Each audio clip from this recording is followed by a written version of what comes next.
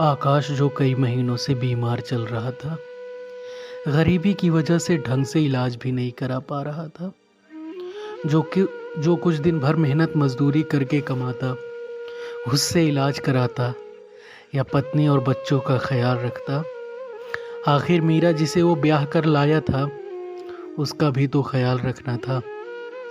शादी के 3 साल के अंदर ही 2 फूल से बच्चे भी हो गए, निशा और राहुल। उसके बाद न जाने कौन सी बीमारी लगी कि आकाश की तबीयत दिन प्रतिदिन बिगड़ती चली गई और कुछ दिनों से उसका बिस्तर से उठना भी दुश्वार हो गया था। मीरा यहाँ वहाँ से किसी तरह 2 जून की रोटी का इंतज़ाम कर लाती।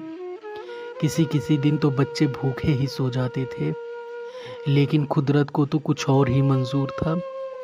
एक सुबह जब मीरा उठी तो आकाश को आवाज़ दी, उठो दवा खा लो। लेकिन आकाश कुछ ना बोला। वो तो आज दुनिया से जा चुका था, गरीबी जीत गई थी। मीरा रोने लगी तो आस पड़ोस के लोग जमा हो गए। एक कोने में दोनों बच्चे भी रो रहे थे, लेकिन वो इसलिए नहीं कि पिता की मौत हो गई थी।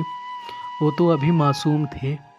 उन्हें तो लग रहा था पिताजी सो रहे हैं, वो तो भूख से रो रहे थे। जब शाम को आस पड़ोस से खाना आया तो दोनों खुश हो गए। बहुत दिनों बाद दोनों बच्चे पेट भर खाना खाए थे। 2-4 दिन तक तो पड़ोसी खाना पानी दे गए, फिर उसके बाद वो भी बंद हो गया। अब तो पहले से भी बुरे हालात हो गए थे। मीरा दिन भर आकाश की याद में रोती रहती, ना अपनी फिक्र ना बच्चों का ख्याल। एक दिन जब निशा को भूख लगी थी तो माँ के पास आकर बोली, माँ भैया कब मरेगा? मीरा गुस्से में बोली, क्या बकवास कर रही हो, अभी एक चाटा मारूंगी।